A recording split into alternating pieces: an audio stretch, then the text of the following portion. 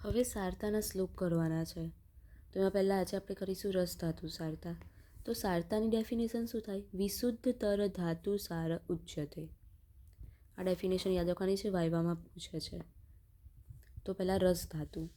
તો રસ ધાતુનો શું શ્લોક છે? તત્ર સ્નિગ્ધ લક્ષણ મૃદુ પ્રસન્ન સૂક્ષ્મ અલ્પ ગંભીર સુકુમાર લોમાશ પ્રભેવ ચ ત્વક સારણામ સા સાર્તા સુખ સૌભાગ્ય ઐશ્વર્ય. અહીંયા શ્લોક પૂરો થશે પછી બીજી લીટી. સા સાર્તા સુખ સૌભાગ્ય ઐશ્વર્ય ઉપભોગ બુદ્ધિ વિદ્યા આરોગ્ય પ્રહર્ષણાની આયુષ્યત્વમ ચ આચષ્ટે. તો હવે આ બધાના મિનિંગ લખવાના છે. તો રસ ધાતુવાળા કેવા હશે? તો આખી આ લાઈન છે ને ત્યાં સુધીના મિનિંગ ચત્વક સારણમ. તો કે સ્નિગ્ધ એટલે કે ઓઇલી, પછી લક્ષણ એટલે સ્મૂથ, મૃદુ એટલે સોફ્ટ, પ્રસન્ન એટલે એટ્રેક્ટિવ, સૂક્ષ્મ એટલે હાથ પેર વાલે જે પેલા હાથ પગના હેર હોય ને એ લેન્થ સાઇઝ કીધી છે, સૂક્ષ્મ હોય એ.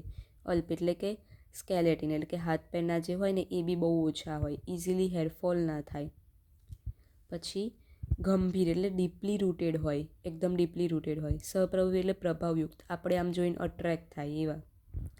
પછી ચ ત્વક સારણામ, આ વર્ડ ઇમ્પોર્ટન્ટ છે, મોસ્ટ એમ્પી. ત્વક સારણામ એટલે શું?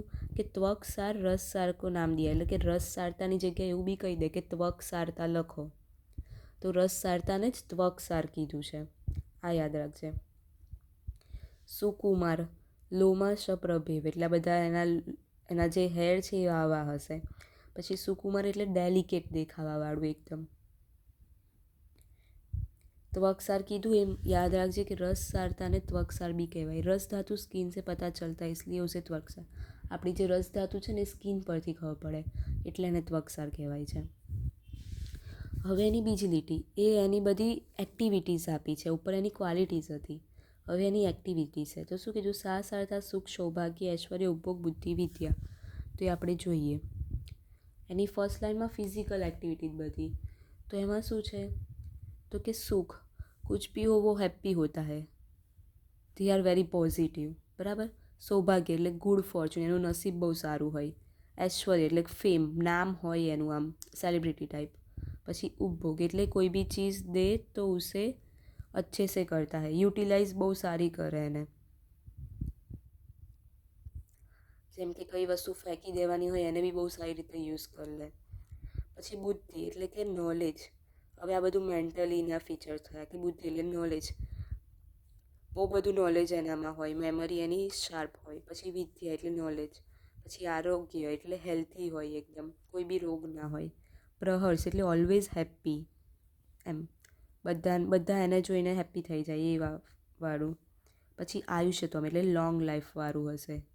તો જેના રસ ધાતુ વધારે હશે એમાં આવા ફીચર જોવા મળશે. એમાં મેન એક આ ત્વકસારવાળું યાદ રાખવાનું છે કે રસ સારને ત્વકસાર કહેવાય. આની પહેલી ક્વોલિટી છે. પછી બીજી બે લીટીઓમાં એની ફિઝિકલ અને મેન્ટલી એક્શન આપી છે બધી. તો એનો શ્લોક કરવાનો છે અને એનું બસ ડિસ્ક્રિપ્શન લખી દેવાનું છે. તો આ થયું રસ ધાતુ. સ્રોતસની ડેફિનેશન યાદ રાખવાની, સારતાની ડેફિનેશન યાદ રાખવાની છે. વિશુદ્ધ ધાતુ સારો ઉચ્ચતે વાળું. ખાલી બેઝિક છે કે સારતાના 3 ટાઈપ છે, પ્રવર, મધ્યમ ને હીન. તો આપણા સારતાની રેન્જ 60થી 100ની વચ્ચે આવે તો પ્રવર સારતા કહેવાય.